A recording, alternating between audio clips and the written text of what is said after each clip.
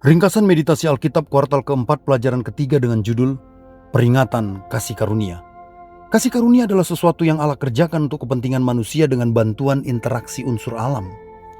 Namun sering sekali manusia tidak memahami proses yang seutuhnya. Itulah sebabnya kita sering menyebutnya sebagai keajaiban atau mukjizat. Jadi keajaiban atau mukjizat adalah ilmu pengetahuan yang belum kita pahami penjelasannya. Banyak faktor mengapa kita belum memahaminya, di antaranya waktunya yang belum cukup, data dan fakta yang belum lengkap, instrumen dan fasilitas yang belum memadai, rangkaian dan fase yang terputus. Sementara keajaiban itu sendiri tidak ada atau tidak berlaku dari perspektif Tuhan, sebab Ia maha segalanya. Tidak ada suatu apapun yang mustahil baginya. Keajaiban berlaku hanya pada makhluk-makhluk yang terbatas dan terikat oleh hukum alam dan hukum materi. Sebaliknya, Allah tak dapat dibatasi oleh semua itu. Allah adalah roh.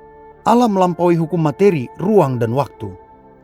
Itulah sebabnya kisah penyeberangan sungai Yordan disebut dalam bahasa Ibrani Niflaot, yang berarti mukjizat atau keajaiban. Bacalah Yosua 3 ayat 5. Apakah tanda keajaiban terbelahnya sungai Yordan dapat dijelaskan prosesnya secara ilmiah?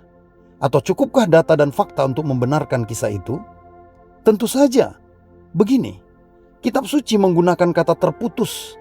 Air yang dari hulu berhenti mengalir dan menjadi bendungan. Yosua 3:13. Aliran sungai bisa terputus melalui beberapa proses alamiah dan aktivitas manusia yang mempengaruhi keseimbangan hidrologis dan geomorfologis sungai. Sebenarnya ada beberapa penyebab putusnya aliran sungai yang dapat diperhitungkan sebagai fakta ilmiah. Tapi salah satu dari penjelasan yang paling memiliki kemungkinan relevansi dengan peristiwa dalam Yosua 3:15 dan 16 adalah pembendungan alamiah atau yang disebut dengan natural damming, khususnya yang disebabkan oleh tanah longsor yang disebut dengan landslide. Namun, lewat kacamata imaniah, peristiwa dalam kitab tersebut secara teologis dianggap sebagai mukjizat atau keajaiban, di mana Allah melibatkan situasi dan kondisi unsur alam untuk menjadikannya sebagai sarana pertolongan yang tepat pada waktu dibutuhkan. Yosua 3:16 mencatat bahwa air yang turun dari hulu melonjak menjadi bendungan jauh sekali di dekat Adam, kota yang terletak di sebelah Sartan. Sedang air yang turun ke Laut Araba itu, yakni Laut Asin, terputus sama sekali. Maka inilah beberapa penjelasan yang dapat diberikan secara ilmiah dan faktual. Yang pertama, mekanisme bendungan alam daerah lembah sungai Yordan dikenal sebagai geologis sangat aktif karena berada di sepanjang sesar transform Yordan, bagian dari Great Rift Valley. Daerah ini rawan gempa bumi dan tanah longsor. Kedua, kondisi sungai. Yosua 3:15 menyatakan bahwa saat itu adalah musim menuai dan sungai Yordan meluap. Kondisi air yang tinggi dan deras meningkatkan erosi tebing sungai, membuat tebing yang labil karena aktivitas seismik atau getaran dari dalam bumi, sehingga menjadi lebih rentan akan longsor. Yang ketiga, bukti sejarah.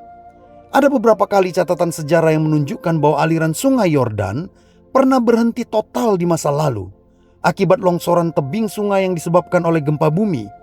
Sebagai contoh, laporan terjadinya longsor yang menyumbat Yordan dekat kota Adam, di mana lokasi modern yang diyakini sama dengan kota Adam kuno pada tahun 1267 Masehi selama sekitar 10 jam. Lalu peristiwa yang serupa terjadi pula pada tahun 1927. Dan masih banyak lagi tercatat peristiwa yang serupa pada lokasi yang sama. Nah, getaran atau gempa dari dalam bumi yang mengakibatkan longsor ternyata sangat sering terjadi sebagai peristiwa yang berulang hingga sampai di zaman modern. Namun yang membuatnya menjadi tanda kasih karunia adalah ketepatan waktu atau koinsidensi. Kaki para imam yang membawa tabut perjanjian menyentuh air sungai dengan janji Allah kepada Yosua terjadi selaras secara sempurna. Jadi dalam kacamata imaniah, maka kisah itu menjadikannya sebagai keajaiban waktu atau mukjizat waktu. Wow, great haleluya. Ternyata betapa dahsyatnya mukjizat waktu.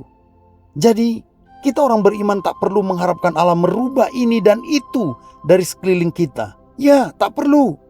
Cukup berharap agar kita mempunyai waktu yang senantiasa selaras dengan segala peristiwa. Maka segala yang kita butuhkan akan datang ke dalam hidup kita indah pada waktunya. Maka percayalah pada harmoni abadi ini. Setiap penantian adalah waktu penempaan. Setiap detik tertunda adalah persiapan yang tersembunyi. Ketika detik yang sempurna itu tiba, kita akan sadar. Bukan kita yang menyesuaikan diri dengan waktu, melainkan waktulah yang telah diatur oleh cinta Allah untuk bertemu di titik yang paling tepat pada keperluan kita. Di tangan Allah, waktu cepat atau lambat akan selalu menjadi waktu yang paling tepat sebagai mukjizat. Itulah harmoni ilahi dalam keajaiban waktu.